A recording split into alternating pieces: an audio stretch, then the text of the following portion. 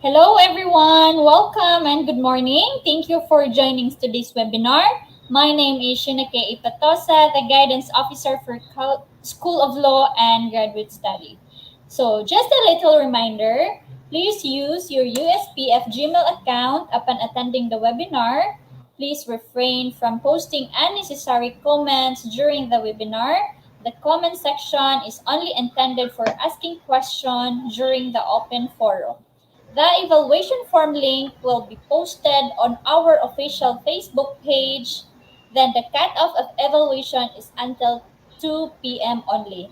The evaluation form will be the basis for your attendance and e-certificate. And please give us time to prepare your e-certificate. So to begin with, let us have invocation followed by Philippine National Anthem and our USPF loyalty song.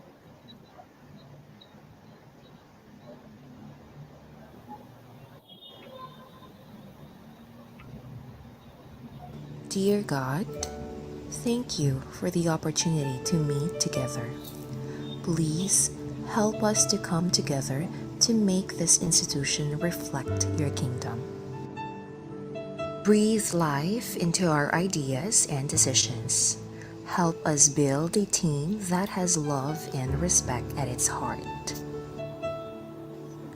Give us the strength to continue working for your kingdom in this time of pandemic.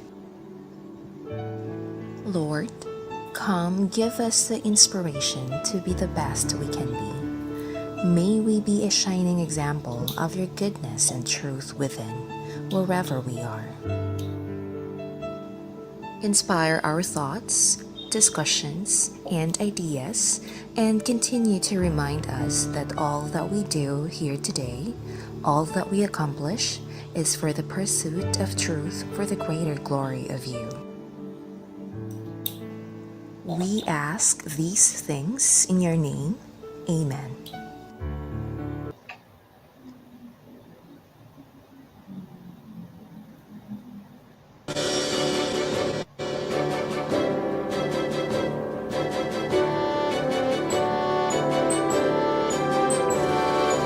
Kayang maging teras ng silanganan, alam.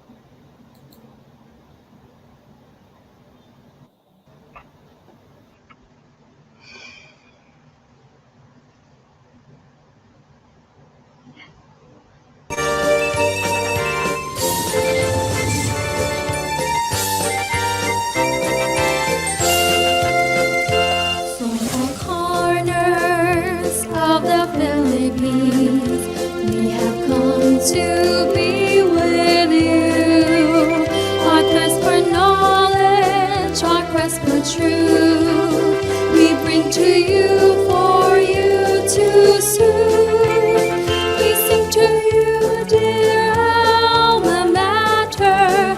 We sing to you, we cheer for you. University of Southern Philippines, loyal sons and daughters ever will remain through thick and thin. Nothing shall this bond ever sever. University, alma mater dear, you will always be sounder to us, for merchant, lawyer, teacher, engineer. Knit the southern skies will have no peace.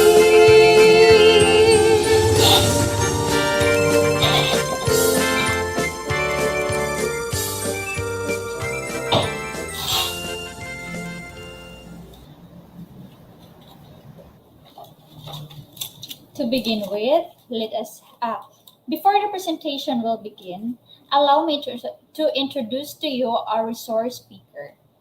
She is a mental health entrepreneur and the founder of CEO of Tanglao Mental Health, the Philippines pioneer in mental health education. They are a mental health consultancy company working with medium to large corporation in creating mental health programs for their employees.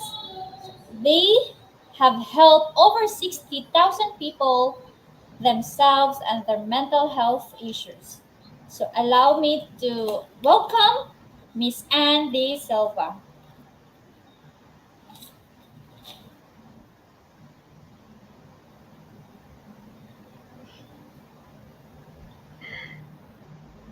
Hello, can you guys hear me? Yes, ma'am. All right. Magandang umaga. Thank you for this invite. I'm really happy to be here with you guys today. I'm happy to be talking about your future.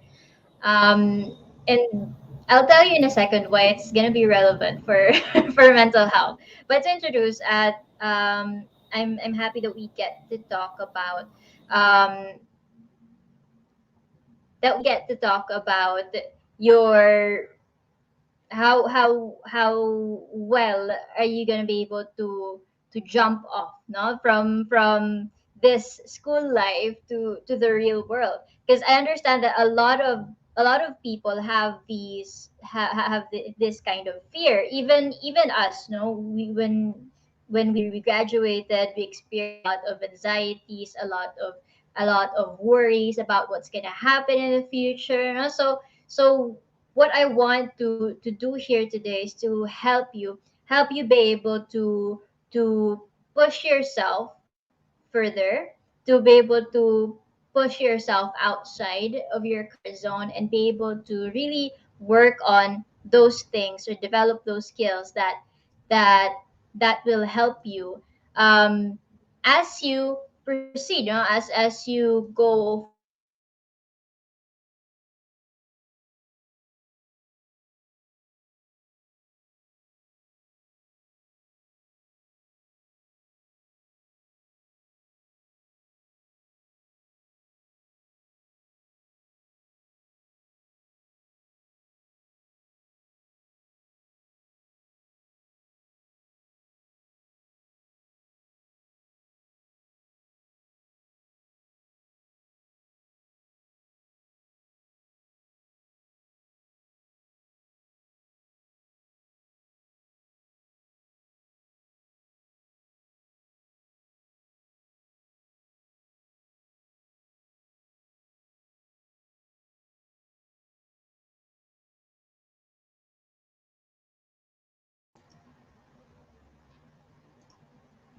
Nawawala ba ang audio ko?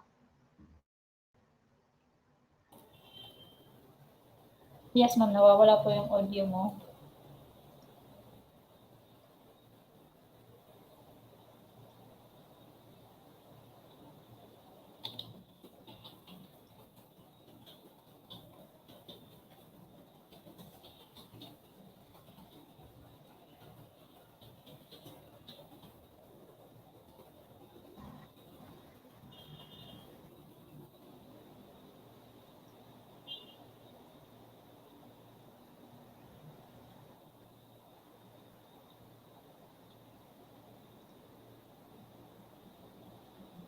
Hello? Yes, ma'am. We can hear you.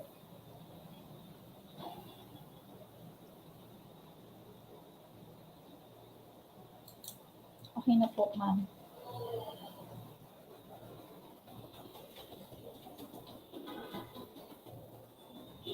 Ayan, you can hear me? Yes po, ma'am Anne.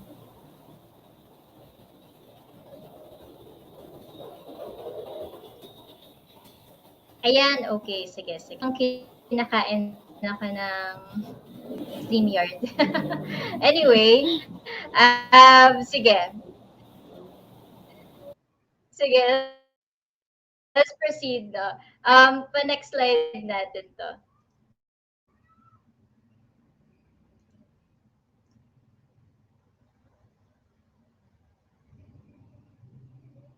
Ayun. Ayan.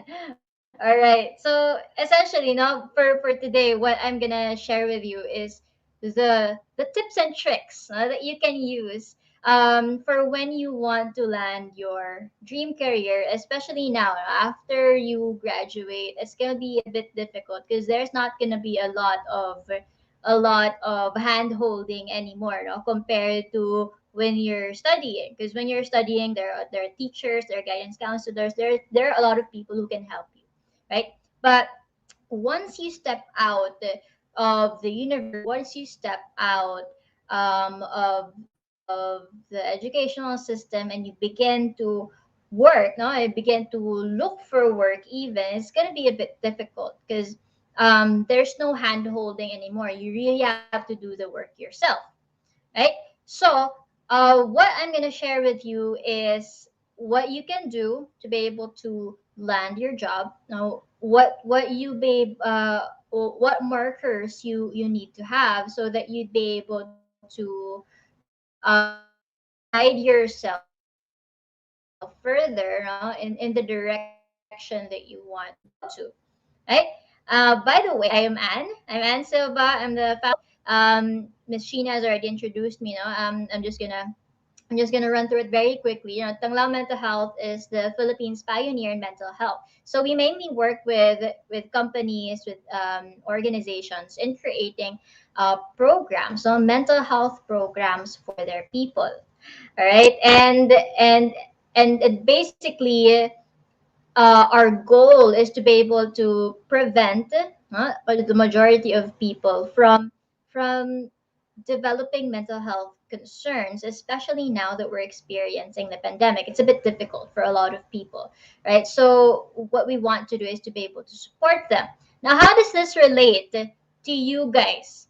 Right? Because essentially we're talking about landing your job, landing your first job, and it's very difficult, especially looking back in my personal experience. It was very difficult for me. It was very anxiety provoking. Oh, when are they gonna call me back, or when are they gonna email me for the interview, or are they even seeing my resume, or all of those worries. It kind of builds up in your head, and we've seen messages. We've received messages on our Facebook page and Instagram page of these fresh graduates who really had trouble looking for jobs, and it affected their mental health, so much so that they kept coming back to us, for support. So if you also experience that kind of stress, that kind of anxiety, feel free to also message us on our Facebook or Instagram at Tanglao Mental Health, or you can also email us at tanglaumentalhealth@gmail.com. Right? So for this talk specifically, I'll be sharing with you these three things for you to be able to land, land your dream career. First one being, I want you to be able to discover what kind of work you want to work on. And I'm not talking about the course. No, I'm not talking about the course because you already got it. You're already graduating from it, right? But I'm not talking that kind of work, and you'll find out later. The second is, I want you to be able to learn the crucial secrets to what attracts employers. All right, specifically, how are you gonna be able to give a good first impression through your resume? All right. The third one is, I want you to be able to determine the strategies that you can use or that you can do to ace your interview, right? No matter what company it is, there general rules, for you to be able to be successful at an interview, right? Now let's proceed with the first one. Next slide, please. The first one is, what work mode is best for you, right? I'm not sure if you guys are familiar with what a work mode is, right? But essentially, um no, I want to share this through a story. All right, because like I also was a graduating student, and I also had to go through a series of trials and tribulations to be able to land my first job, right? And for me, that was really stressful. Just to give you a background on me, I graduated BS psychology, and for those of you who are psychology here, I had a lot of different pathways that I could take. For psychology students, you can take the clinical path, right? You can work in a clinic. You can take the industrial path, right? Be an HR for a company, or you can take the academic path, right? Academic or educational path, where you would teach or work at at the guidance center, right? And for me, what I really had my eye on was the specific type of HR called recruitment. Right? And this is exactly this is exactly what we're talking about here, your recruitment. But more specifically, what I wanted was not just recruitment in general, but specific to executives. Right? In layman's term, we call it headhunting. Right? Not the literal kind, huh? We're hunting basically for heads of companies, right? So we get a client, and I get assigned the supervisorial, managerial, executive positions, right? And I get to find the right people for those positions. And for me, when I was looking for work that's specific to executive recruitment or headhunting, it was at some point, facing all of those rejections, at some point I began to doubt. I began to ask myself, is this really what I want? Is this really the path that I'm gonna take? Right? Because um if you think about it, the work that you will choose to have after you graduate, you're likely going to have that 10 years, 20 years to 50 years from now, right? So if you choose, for example, to do accountancy and pass the board exam and be a CPA, for a company, you're likely going to do that for the rest of your life. So then I naturally asked myself, is this really what I want to do for the rest of my life? Right? But honestly, because of all of those rejections, for me, I began to think that that I really had no choice. For me, that was the only way, that was the only path. And that's really not true. When I went on and I worked and I experienced all of these different kinds of things, I discovered that there's not just one path. And that path that I'm talking about is employment. Right? For me, that time I didn't know any other paths. I just knew employment. Next slide, please. So what I'll be sharing with you is what a work mode is. A work mode is basically something that we set our minds to, right? Um, so if, for example, you are ito, so first one, no, if you want to be employed, basically you're gonna be working in a company, and you're probably gonna be there for a while, right? And for the for employment, right? You're basically gonna give not just your effort but also your time. That's why we have like, oh, 9 to 5, right?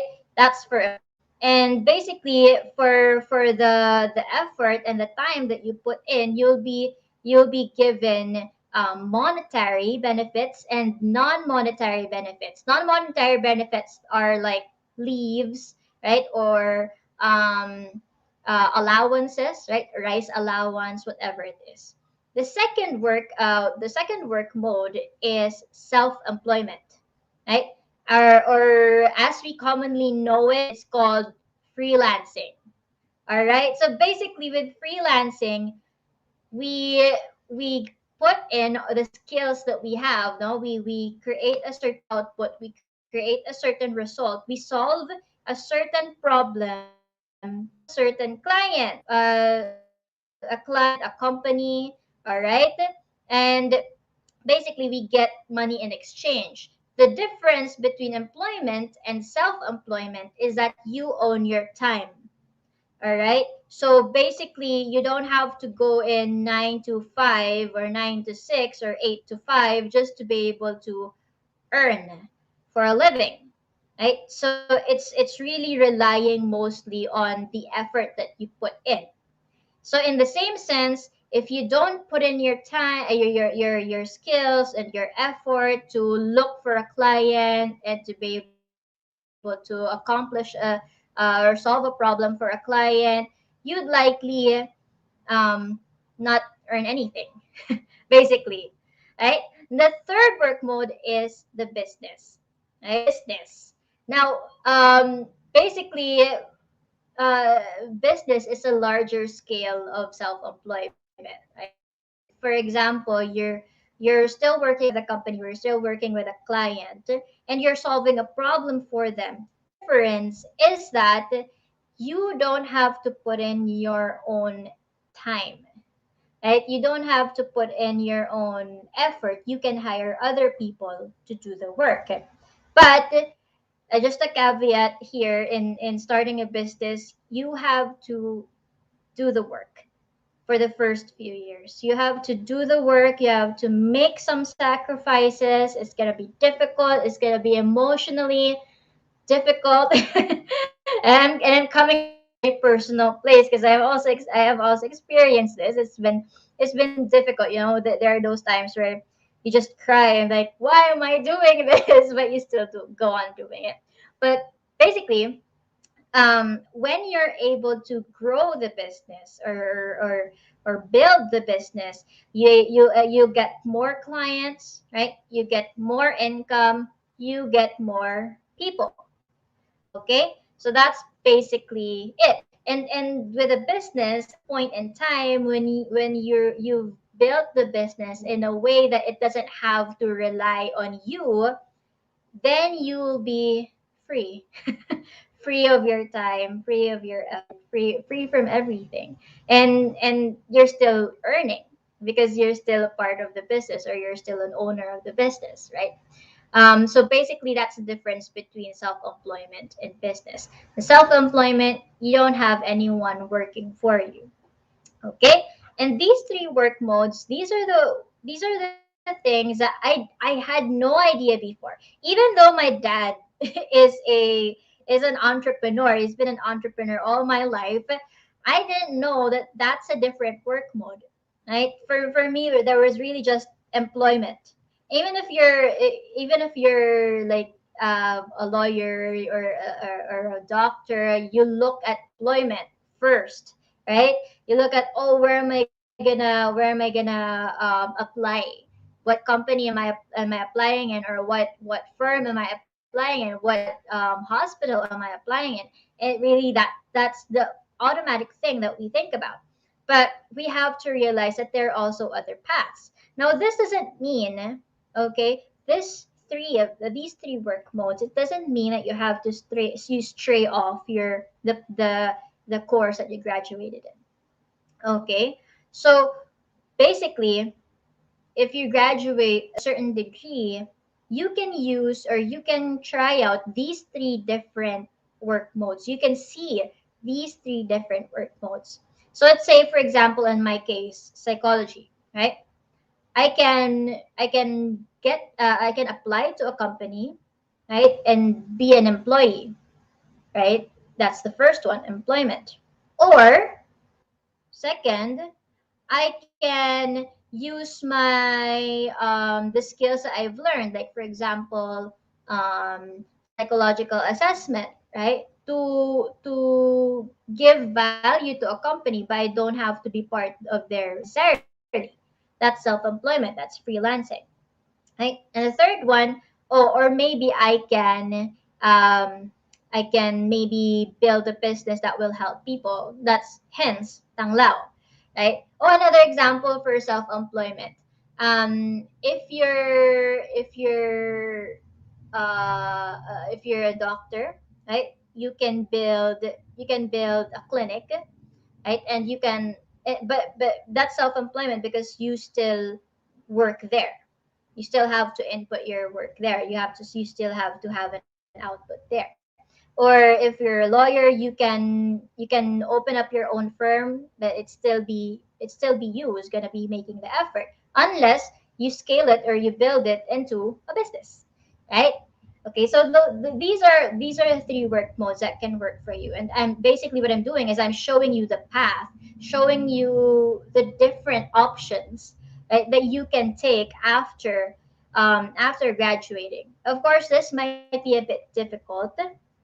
Okay, this might be a bit difficult because not all parents are open to, you know, self-employment or business. Most parents always only opt for employment. And this is gonna be difficult. For me, I also experienced this in some part, because there's this notion that if you do freelancing or if you do a business, it's not gonna be stable, right? So you have to be able to manage the expectations that your parents will have for you or with you. All right. And honestly, the reason why I'm showing, these different paths, these different options for you. Next slide, please. Is because I just want you to be able to choose. I want you to limit yourself to thinking, oh, there's this just one path. And it's gonna be difficult, right? It's gonna be difficult because then you feel trained. You feel that there really is no other way, or really no other option for you to be happy, for you to be successful, right? And that's honestly, that's really, it's really painful to see, because it can affect our mental health in such big ways, like, there are also people who are messaging us who really struggle at work because they don't feel passionate about their work. They don't feel that their work is meaningful or purposeful, and I don't want you to experience that as well, right? So I want you to be able to choose what you really want to experience, to work on. All right.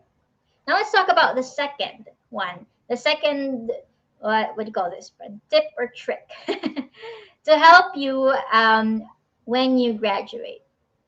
Okay. The second is what attracts employers. Now, next slide, please. I want to introduce this again through a story, because as an executive recruiter, I experienced a lot of people, a lot of um, you know, potential applicants, right? I've seen a lot of applicants who are high in their position. They're supervisors, they're managers, they're executives, and what I've observed is that even they have difficulty landing a job, and it seems so crazy, right? Because they have such high positions, they must be able to get a job easily, but it doesn't get easy. Why? Because they don't know how to attract a recruiter. And so I want to share with you how exactly you're gonna attract your recruiter. And there's one word for this, it's called selling. You have to be able to sell yourself. And imagine this, we use selling in our everyday lives. We sell ourselves to our friends. I'm not saying the kind that you're probably thinking, right? But selling in a sense that you have to constantly prove yourself to other people. You have to constantly convince other people that, hey, I'm worth it. And honestly, that's also the mindset that you have to take when you're finding a job, because you're applying at a company, and that company is likely also looking at other applicants. So basically, you're competing with them. So then, what makes you say you're the best, right? What gives you the right to say, oh, hey, pick me, I'm the best out of these people, right? You have to be able to sell yourself. You have to be able to persuade yourself.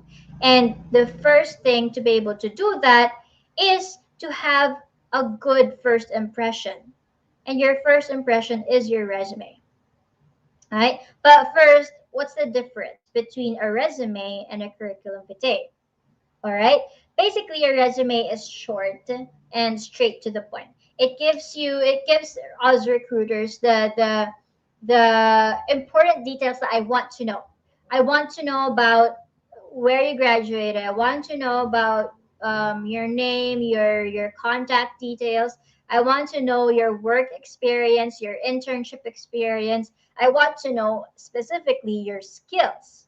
And I'm not talking about Microsoft Office, the skills, that because everybody can do that. I'm not talking about that. I'm talking about skills that's relevant for your course, for the work that you want to do. All right, and basically that all of these things I mentioned, all of these things, these are the only things I need. I need to see. But there are also people who give curriculum vitae to recruiters, and honestly, this is this is something that a lot of recruiters glaze over. They just okay, and then alis na, lipat na. Hanap na ng ibang applicant, right? Because there's a lot of details in a curriculum vitae that recruiter don't really need to know. Okay, it literally means the course of your life. So basically, you're mentioning everything from your birthday to where you were born, right?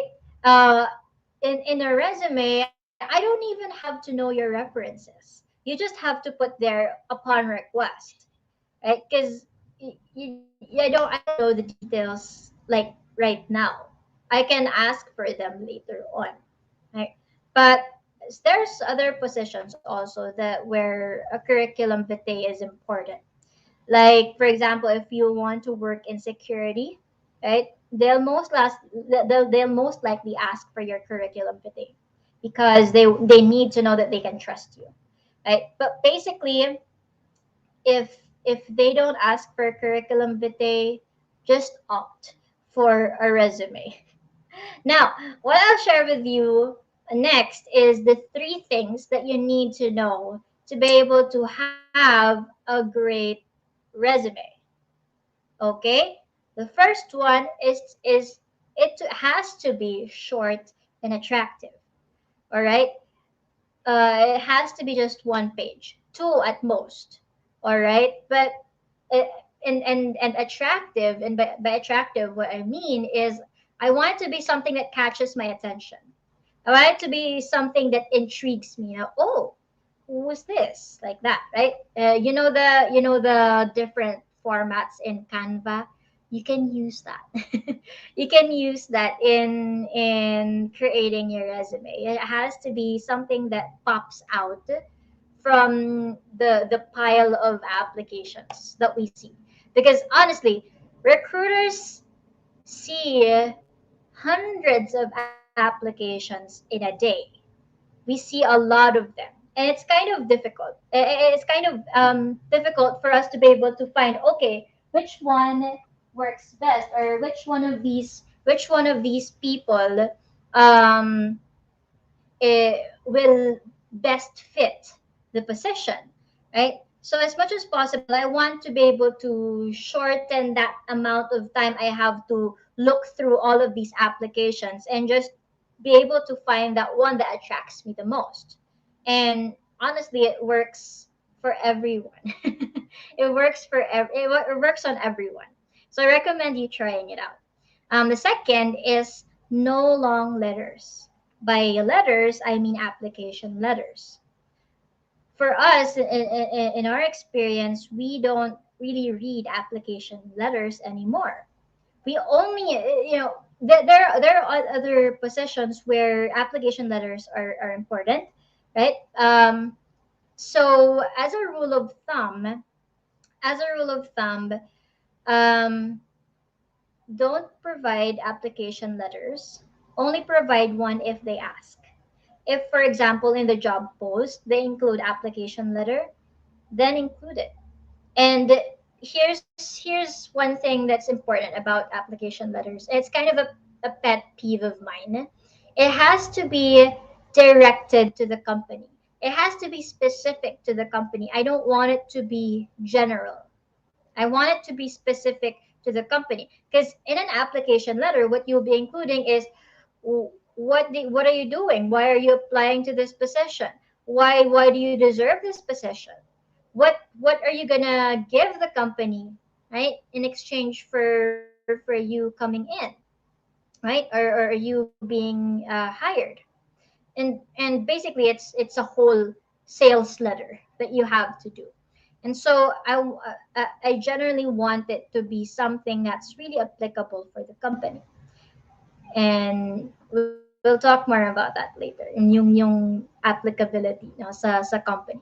The third is it has to be able to show your skills. Like I mentioned earlier, no, I'm not talking about the skills in Microsoft Office or skills in whatever or what have you. It has to be specific to the course that you had, or the position that you're looking at. Like, so for example, um if you're in programming, right? The skills that you have to include there are skills in C++, in Java, right? Or if you're in what do you call this? If you're in into research or in or applying for a research position, you have to have skills in SPSS, right? Or Jamovi, whatever it is. Um, but apart from those technical skills, it also has to include your soft skills. And by soft skills, I mean how well are you able to collaborate with other people, right? Especially if if the position that you're applying for requires collaboration skills.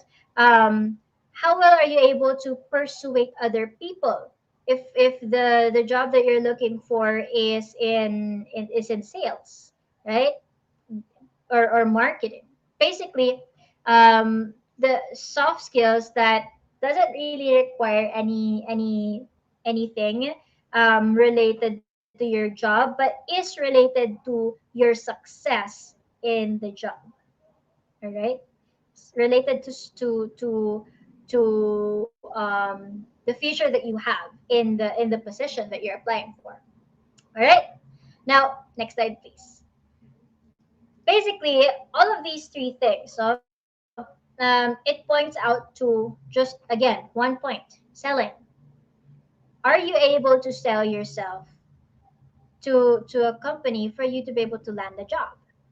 That's really a key factor, and we need to start to be able to open our mind to the idea of selling, because if you're not comfortable with selling, you're most likely going to have a difficult time finding a job, because you have to convince the recruiters that, hey, I'm worth it.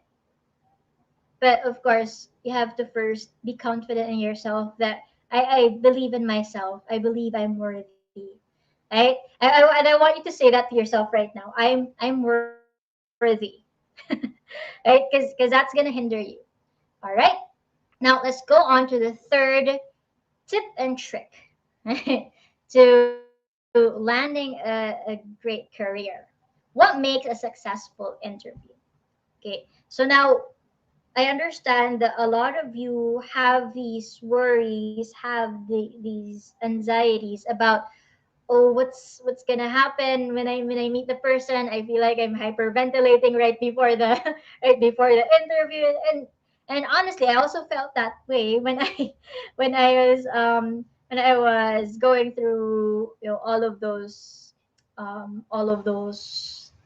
interview experiences. And as a recruiter, I also observed that in a lot of people, not kahit hindi fresh grad, I also observed that in the more senior positions. And usually they acted like very stiff, and they just um they kept in one position. They didn't move. It's kind of scary. And they're very automatic in the way they respond. And but particular to people who graduated, you to fresh grads that I interviewed, because there are also a point in time where I experienced interviewing fresh grads. And for me, when I was observing them, it felt that they were so directionless. Like they just wanted to have a job, but not really thinking about their future in the job. They're not really thinking about any sort of advancement or anything like that. They just felt that, oh, I just have to get a job. And for me, that's really a deal breaker, because because I won't get you if I can't be sure of of where you are right now or where you want to be, right? So that's how important an interview is, because apart from let's assume that you pass the first first test, you had a good impression with the recruiter, and they decided to, hey, I'll set this up for an interview. What are you gonna do during the interview? Again, you have to sell yourself. But more importantly, you have to be able to show that you're competent in what you're gonna do, and that you're sure that you want to be in that company. And that's really a fatal flaw. Because for me, when I was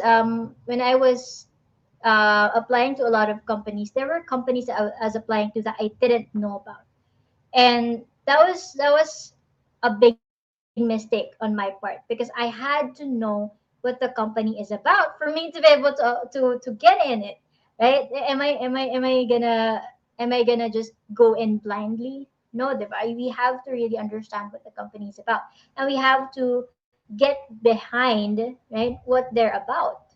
We have to be able to support what they're doing. But for now, right, I'll share with you three things again. I'll share with you three things for you to be able to make a successful interview. And the first is your why. Why do you want to do what you want to do? Medyo marami siya sa ano. It has a lot of words, but essentially I'm asking why. And you really have to be able to know that. You have to know why you want to have that job, why you want to have that position, why you want to be in that company. Because if you don't, the recruiter will see that. They'll see that, oh, they're not really that interested in the position. So maybe I'm not interested in them also, right? So for us, as a pointer here, um, once you ask yourself this question, why do you want to do what you want to do? I'd, I'd want you to dig in deeper, right? So, for example, oh, why do you want to have that position? Also, that I'll be able to contribute at home. Why do you want to contribute at home? Oh, because my parents worked hard in my schooling, and in supporting me in my schooling, so I want to be able to give back. Why do you want to give back? Oh, because I love my parents. And so that's what you want to share with your recruiter, because it will certainly come up. And the recruiter will exactly ask you, why do you want to have this job? And when you know your why already before the interview, you'll be able to say it directly. Oh, because I love my parents and I want to support them to my fullest ability, to my fullest extent.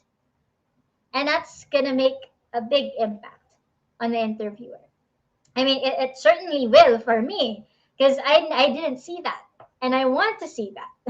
I didn't see that when I was recruiting, and I do want to see that. The second is the what. All right.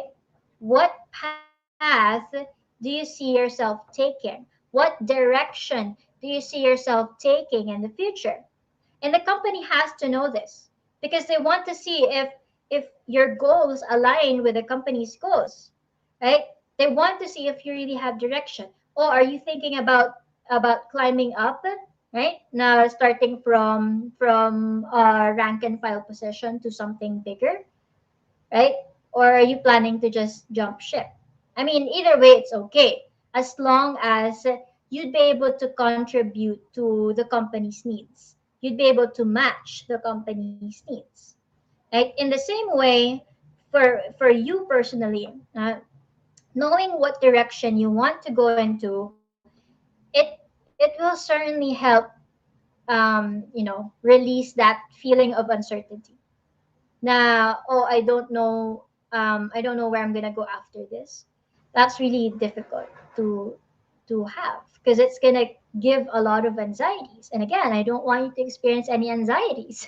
I don't want you to have any fears of uncertainty when you graduate. So this is really important. um, you don't have to be super specific. Right? You don't have to be super specific now. Oh, I want to work in this position in this company by this time, and I want to to have this position by this time. You don't have to be specific that way. Just look at the end. Okay, just look at the end and trace your back from there. So for example, if I want to be applied, if I want to apply in an HR position, I'd probably start with the lowest position, and my goal would be I want to become the HR manager of this company. And so you can trace your way back there. What does an HR manager do? What skills do they have that I don't? Then you can work your way towards that goal or that end, right? So that's what they want to see. They want to see your direction. Okay? And the last one, the third, is the how. Basically, how do you show your professionalism? Now, professionalism is a big word, and I think a very, very, very, very important word for recruiters and for employers and for companies, because you can learn any skill when you work in a company. You can start to learn a skill, but professionalism is something that is difficult to teach to you.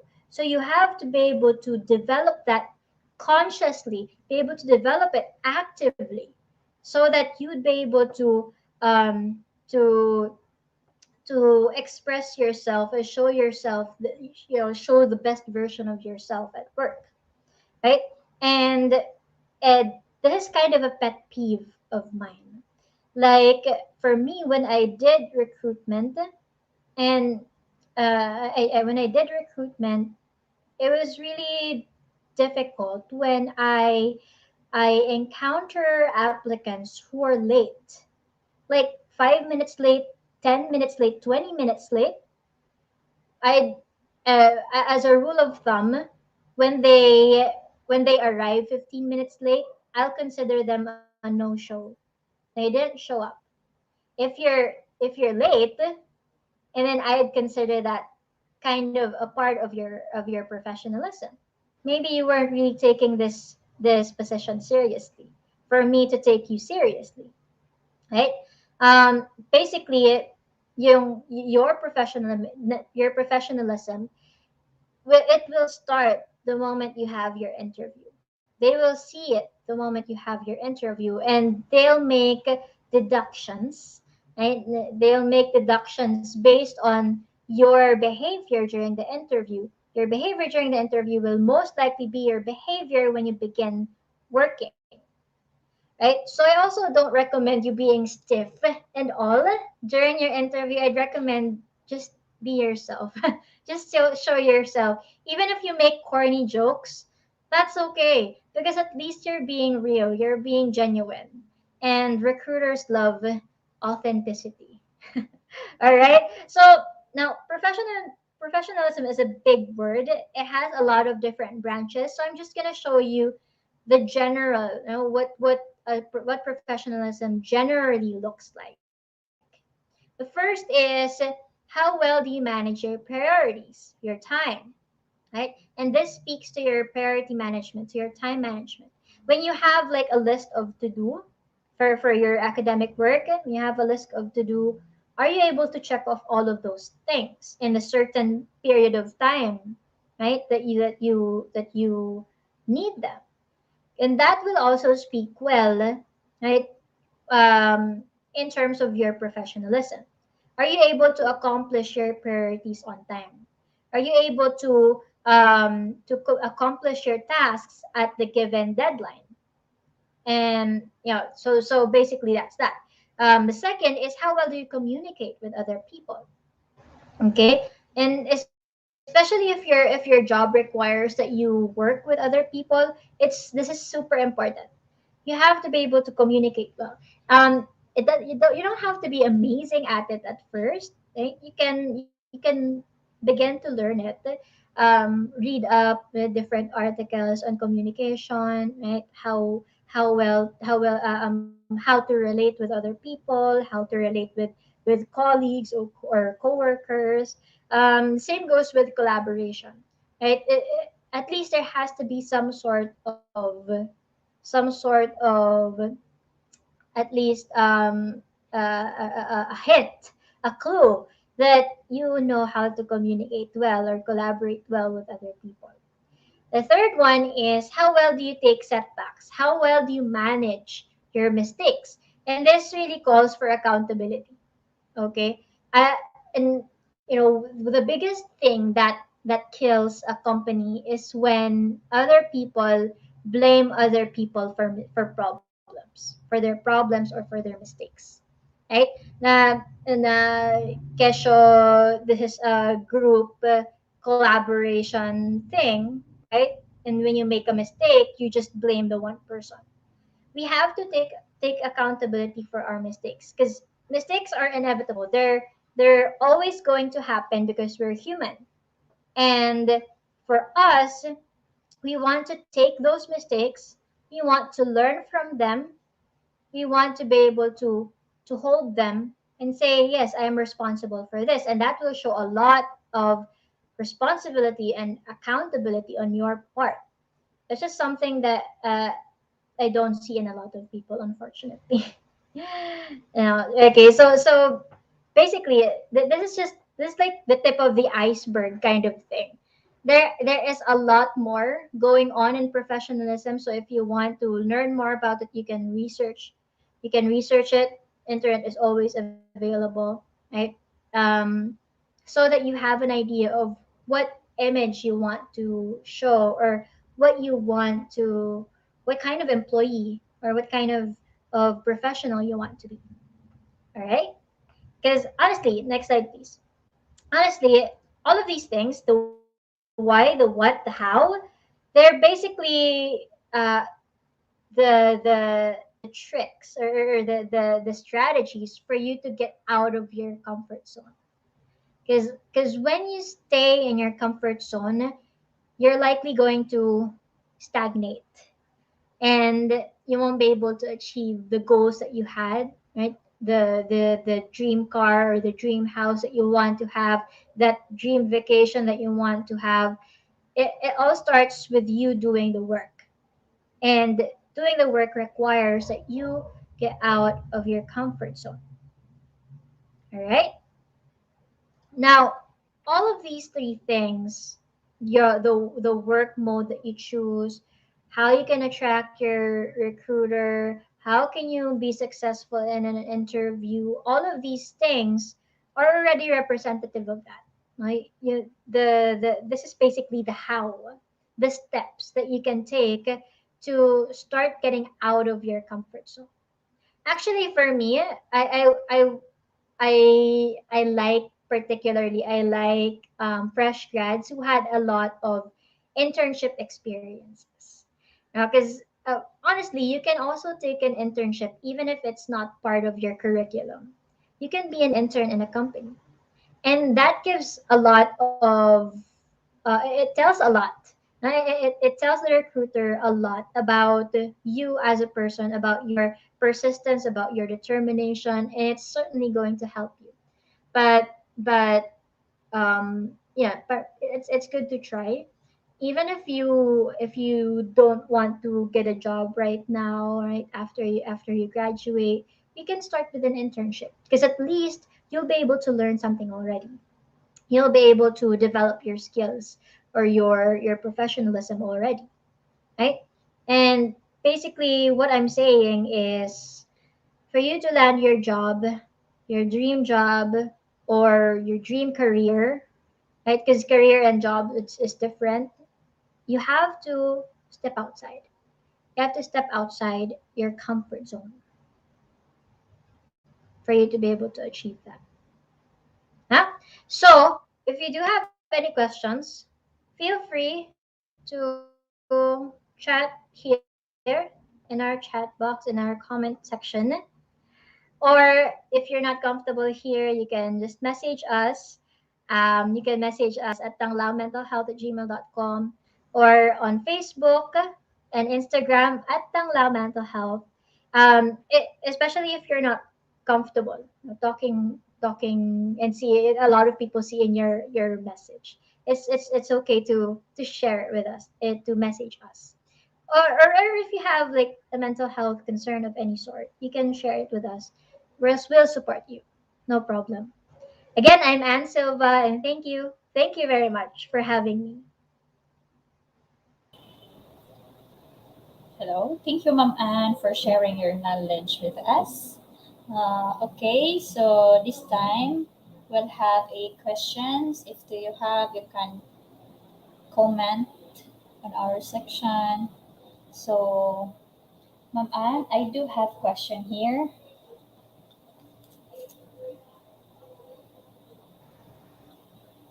So the question is, this time, there are jobs that people have a negative impression, or like commonly in a BPO industry, like call center, Mm, because you can work as a call mm, center even if you are not a yeah. graduate in college. You can work a high school graduate or college level, but there are Mm, some people uh, mm, talk to you that, you are working in a call center and you are a graduate of nursing, you're a graduate of English, you are a full-fledged college graduate, then you are working in a call center. So, how do we have to encourage those mm, people or to erase this stigma na they are been locked down by mm, they have work that they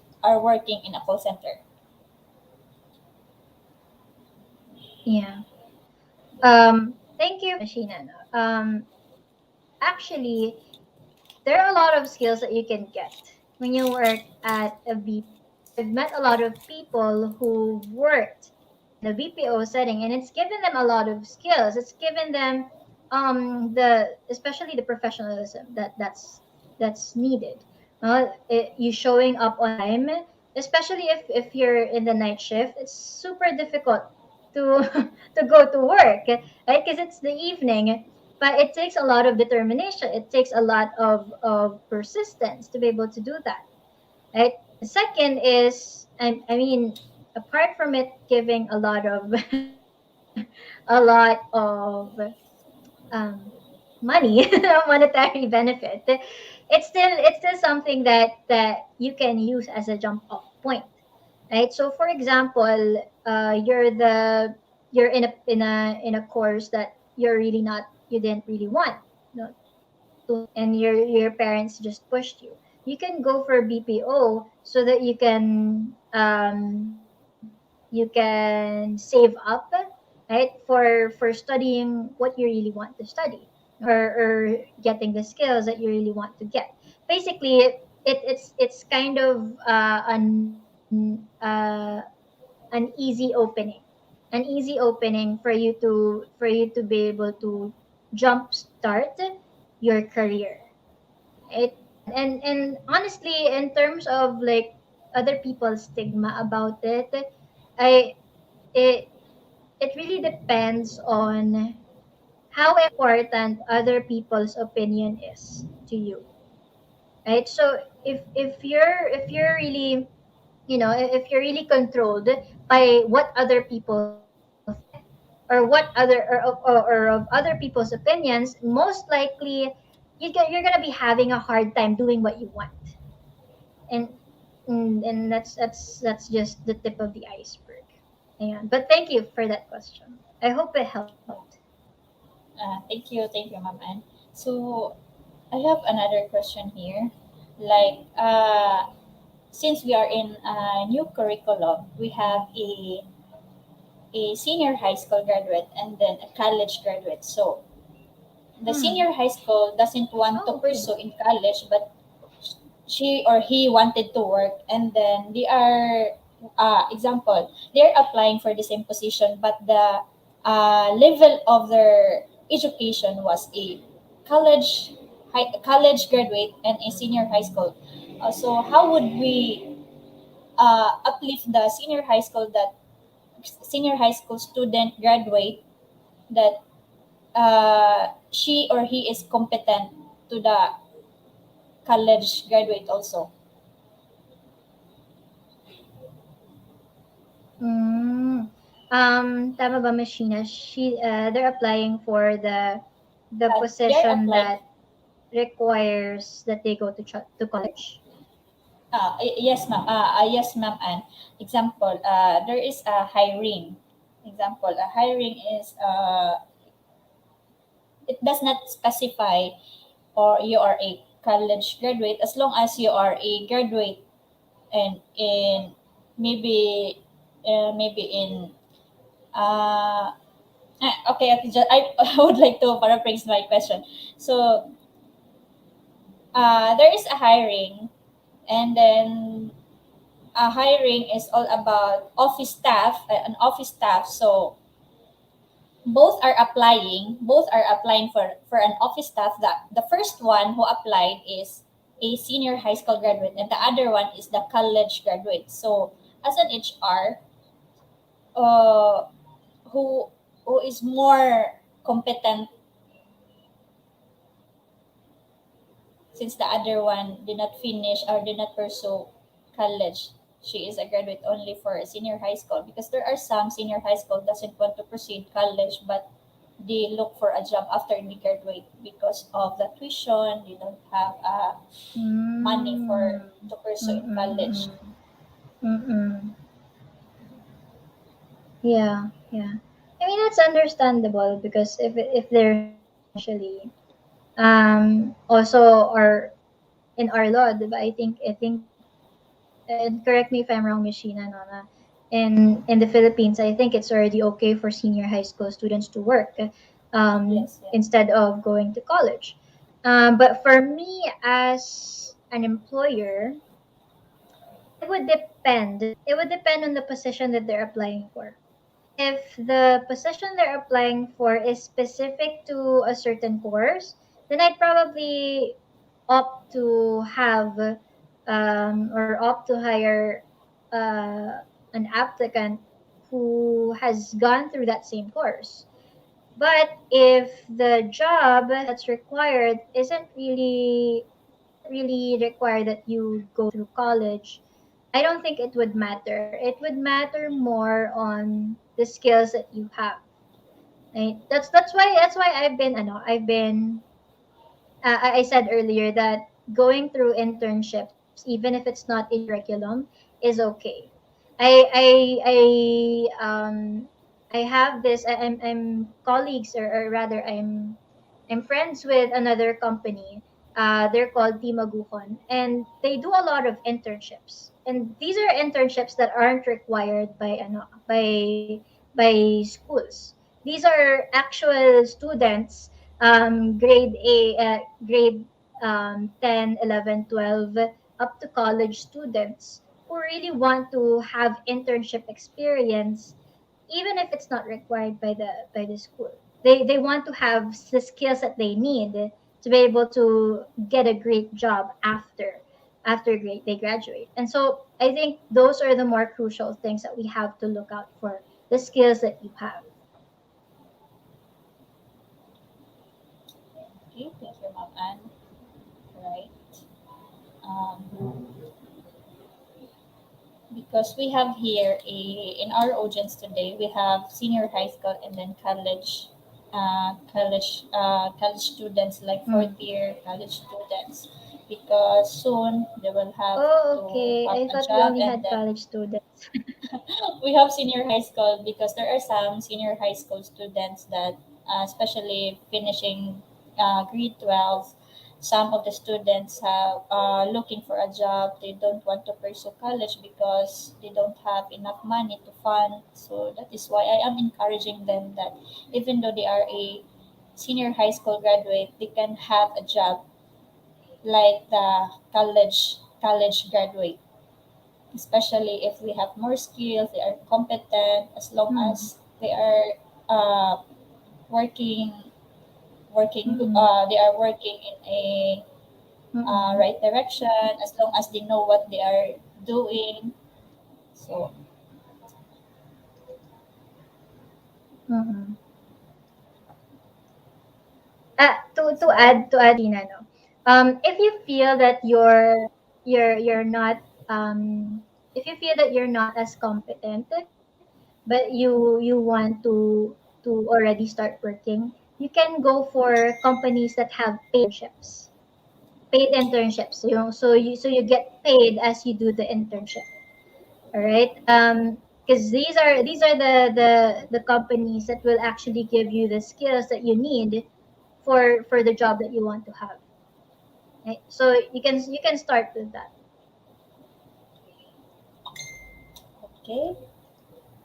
So there are other questions. Students,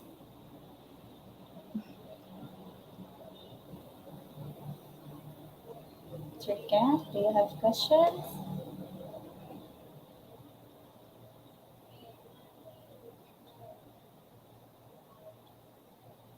I think we don't have questions anymore, so we'll proceed. So, Ma'am Anne, thank you for yes, because I don't see any question anymore. So Thank this you. time we'll give a certificate Thank of you. appreciation. The University of Southern Philippines Foundation Guidance and Testing Services Center Certificate of Appreciation is given to Anne Salva for extending her invaluable time and expertise during the webinar entitled Job Readiness, given this 14th of December 2021 at University of Southern Philippines Foundation, Cebu City. Signed by Director Lita Elque, also signed by Dr. Ernesto Alular, the VP Academic Affairs, and the President Attorney Paulino Iyabao. And thank you. Thank you. Thank you, Ma'am Thank you Anne. so So, much. student, thank you, Ma'am Anne. So student, please fill out evaluation form from 11 until 2 p.m. only and just visit the FB page Guidance and Testing Services Center USPF for the link of the evaluation form. Thank you. Thank you so much for all who attended us on this webinar, Job Readiness.